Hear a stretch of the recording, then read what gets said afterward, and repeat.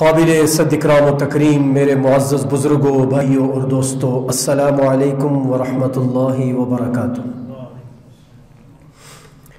اللہ تعالیٰ نے ہماری دنیا و آخرت کی اس زندگی کی کامیابی کو رسول پاک صلی اللہ علیہ وآلہ وسلم کی مبارک سنتوں کے ساتھ جوڑا ہے۔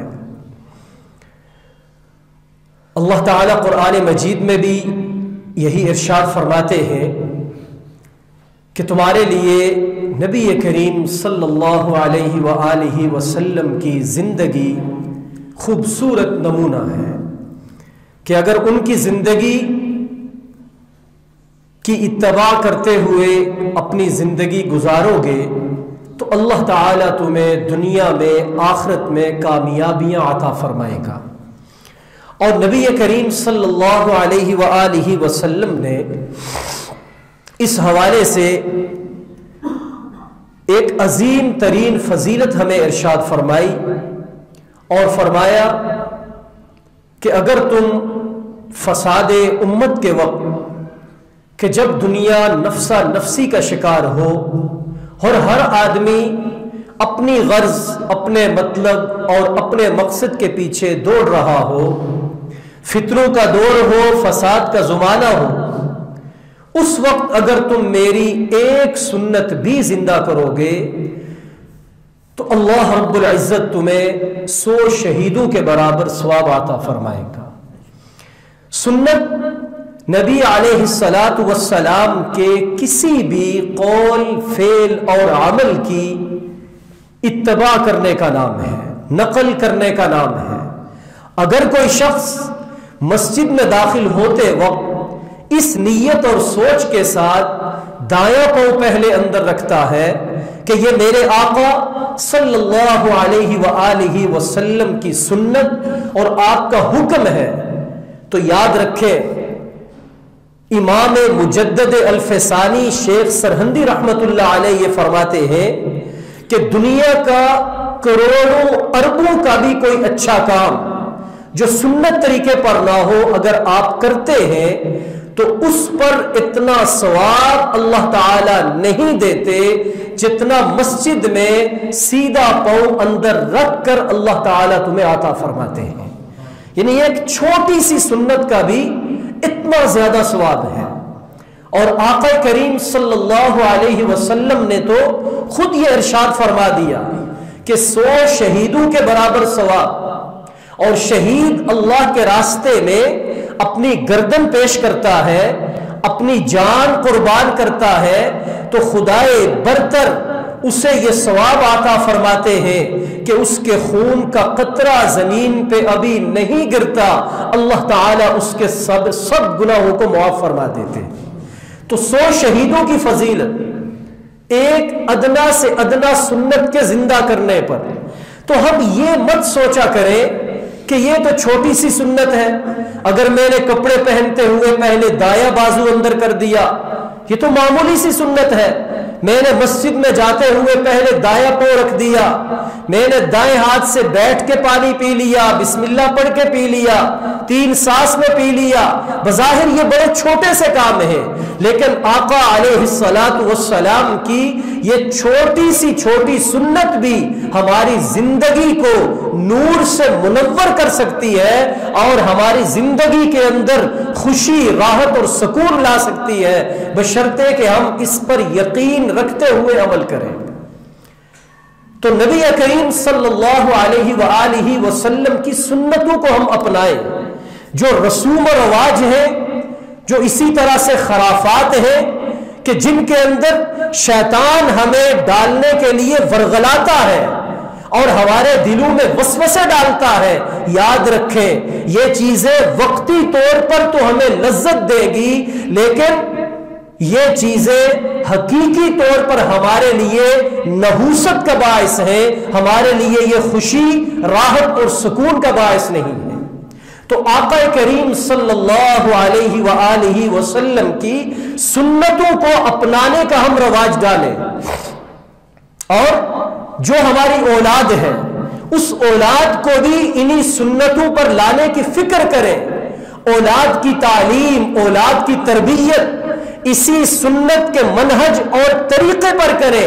جب ہم بچپن سے ہی اپنی اولاد کی تعلیم و تربیت کا انتظام نبی کریم صلی اللہ علیہ وسلم کے اسوہ حسنہ کے مطابق، آپ کی سنتوں کے مطابق لانے کی فکر کریں گے تو میرے بھائی وہ اولاد ہمیں آگے وہ رد عمل اور بدلہ دے گی جو ہم ان سے چاہتے ہیں. گزشتہ جمعہ میں نے عرض کیا تھا کہ والدین سے اللہ تعالیٰ پوچھیں گے، یہ سوال کریں گے جس طرح مالک چرواہے سے پوچھتا ہے کہ بھیڑ بکریاں تمہاری نگرانی میں تھیں، تم نے ان کا کتنا خیال کیا، ان کا کتنا بندوبست اور انتظام کیا. اسی طرح اللہ رب العزت گھر کے ہر سربراہ سے اپنی اولادوں کے بارے میں پوچھیں گے کہ تم نے اپنی اولادوں کی فکری تربیت اور ان کی عملی تربیت کے لیے کتنا انتظام کیا. تو وہاں پر ہم جواب تب دیں گے جب ہم آج فکر کریں گے. تو میں نے عرض کیا تھا کہ سب سے پہلا کام اچھی اولاد کے لیے انسان اچھی عورت کا انتخاب کرے. نبی کریم علیہ الصلاۃ والسلام نے فرمایا کہ تم کسی عورت سے نکاح کرتے ہو اس کے حسن و جمال کی وجہ سے، مال کی وجہ سے، نسب کی وجہ سے اور دینداری کی وجہ سے، مگر میں محمد عربی صلی اللہ علیہ وسلم تمہیں کامیاب زندگی دینے کے لیے یہ بتا رہا ہوں کہ ان چاروں میں سے دینداری کا انتخاب کیا کرو. اگر ایک عورت کریکٹر کے لحاظ سے بہت اچھی ہے، سیرت کے لحاظ سے بہت عمدہ ہے، بے شک اس کا حسب و نسب اتنا اچھا نہ ہو، اس لیے کہ حسب و نسب اللہ کے ہاں کوئی قدر و قیمت نہیں رکھتا، وہاں تو تقوی چلتا ہے. اور اس کی بہترین مثال شریعت مطہرہ نے ہمیں بتائی. آقا علیہ الصلاۃ والسلام کے حسب و نسب سے اونچا نسب دنیا میں نہیں ہو سکتا، قیامت تک نہیں ہو سکتا. آپ کا سگا چچا جس کا نام ابو لہب تھا، خوبصورت انسان تھا کہ اس کی یہ کنیت ابو لہب بڑکتا ہوا شعلہ یہ اس کا نام پڑ گیا. اور اس کے مقابلے میں آقا علیہ الصلاۃ والسلام کا ایک غلام حبشی النسل، سیاہ فام، شکل کا کوئی اتنا خوبصورت نہیں، جس کا نام سیدنا بلال رضی اللہ تعالی عنہ ہے. آج آپ 1400 سال بعد مجھے بتائیں کہ کیا ابو لہب کو اس کے حسب و نسب نے فائدہ دیا یا آقا کریم علیہ الصلاۃ والسلام کی غلامی میں رہ کر حضرت بلال کو فائدہ دیا؟ کہ آج ابو لہب کے لیے ہم قرآن کی پوری سورت بددعا کے طور پر پڑھتے ہیں کہ اس کے ہاتھ ٹوٹ جائے، وہ ہلاک اور برباد ہو جائے. کیوں؟ کہ اس نے آقا علیہ الصلاۃ والسلام کی دعوت کو، آپ کی سنت کو، آپ کے طریقہ تعلیم اور شریعت کو ٹھکرا دیا. اللہ تعالی نے اونچا حسب و نسب رکھنے کے باوجود راندہ درگاہ کر دیا. اور سیدنا بلال، آقا علیہ الصلاۃ والسلام نے فرمایا اے بلال، میں جنت گیا معراج کی رات، وہاں کسی کے چلنے کی آواز آئی، پوچھنے پر پتہ چلا کہ یہ آپ کا غلام بلال ہے. اللہ تعالیٰ کو اتنا پسند ہے، چلتا تو مکے کے سنگریزوں پر ہے لیکن اس کے قدموں کی چاپ جنت میں سنائی دیتی ہے. اور کیا فرمایا نبی علیہ الصلاۃ والسلام نے کہ تقوی اور سنت کی اتباع اپنے اندر پیدا کرو جس طرح بلال نے پیدا کی. کل قیامت کا دن ہوگا جب جنت کا دروازہ کھلے گا اور مجھے جنت میں داخل ہونے کے لیے سب سے پہلے پکارا جائے گا تو میری اونٹنی کی مہار جو شخص پکڑ کر آگے آگے چلے گا وہ حضرت بلال ہوگا. ہمارا دین تو ہمیں یہ تعلیم دیتا ہے. تو سب سے پہلا حق اچھی اولاد کے حصول کا یہ ہے کہ ہم نیک سیرت عورت کا انتخاب کریں اور اس کے بعد نکاح ہو جائے تو نیک اولاد کے حصول کے لیے اللہ سے مانگے، اس سے دعائیں کریں. جو اللہ تعالیٰ نے قرآن میں ہمیں سکھائی، حضرت ابراہیم کی دعا ہے، زکریا کی دعا ہے، اور اسی طرح اور پیغمبروں کی دعائیں ہیں کہ جو باری تعالیٰ سے نیک اولاد کے حصول کی دعائیں مانگ رہے ہیں۔ یہ اولاد کا دوسرا حق کہ والدین اللہ رب العزت کی بارگاہ میں اس کے لیے دعا مانگے، اور جب اللہ تعالیٰ اولاد عطا فرما دے اس کا اچھا سا نام تجویز کرے۔ جب 7واں دن آئے تو اللہ کے نبی علیہ السلام نے ہمیں کچھ احکامات ارشاد فرمائے کہ 7واں دن اس بچے کے بال مونڈو، اور بال مونڈ کر اس کے وزن کے برابر چاندی صدقہ کرو، اور اس کے بعد اس بچے کا اچھا سا نام تجویز کرو۔ اور ناموں کے اندر بتایا کہ بہترین نام عبداللہ اور عبد الرحمن، جو نام عبد کے ساتھ شروع ہوتے ہیں، یعنی اللہ تعالیٰ کے جتنے بھی اسماء صفاتی ہیں ان ناموں پر کسی بچے کا نام رکھو یا میرے نام کے اوپر رکھو۔ بلکہ یہ فرمایا کہ جب تم اپنے کسی بیٹے کا نام محمد یا احمد رکھو تو اس کی تکریم اور عزت کیا کرو کہ اس کا نام میں نے نبی علیہ السلام کے نام پر رکھا ہے۔ محمود غزنوی ایک بادشاہ گزرا ہے، بڑا اللہ والا، اس کا ایک وزیر خدمت گزار، اس کا نام ایاز تھا۔ ایاز کے بیٹے کا نام محمد تھا، وہ بھی بادشاہ کی خدمت کیا کرتا تھا، اور بادشاہ ہمیشہ اس کو بڑے پیار سے محمد کہہ کے پکارتا تھا۔ ایک دن بادشاہ نے اس سے کہا کہ او ابن ایاز بات سنو۔ خیر اس نے سنی، کام کاج کیا، گھر گیا، والد سے جا کر کہا کہ آج بادشاہ سلامت نے مجھے میرے نام سے نہیں پکارا، اور یہ ناراضگی کی دلیل ہوتی ہے۔ خیر ایاز بادشاہ کے سامنے آیا، بادشاہ سے پوچھا تو محمود غزنوی کہنے لگا کہ تمہارے بیٹے کا نام محمد ہے، اور میں محمود غزنوی نے کبھی بھی اس نام کو بے وضو زبان سے ادا نہیں کیا، اس دن میرا وضو نہیں تھا، اس لیے میں تمہارے بیٹے کو محمد کے نام سے نہیں پکار سکا۔ میرے بھائیو، اس نام کی عقیدت، محبت، احترام ہم دل میں رکھیں، اور یہ کوشش کریں کہ اپنے بچوں کے نام کے ساتھ محمد کا نام، احمد کا نام ضرور لگائیں کہ یہ آقا علیہ السلام کے ساتھ وہ نسبت ہے جو قیامت تک کے لیے اس بیٹے کے ساتھ لگ جائے گی، اور اللہ تعالیٰ تمہارے درجات بلند کریں گے۔ بچے کا نام رکھیں، اور 7ویں دن ایک اور کام کرنا ہے جس کو عقیقہ کہا جاتا ہے۔ کیا کہا جاتا ہے؟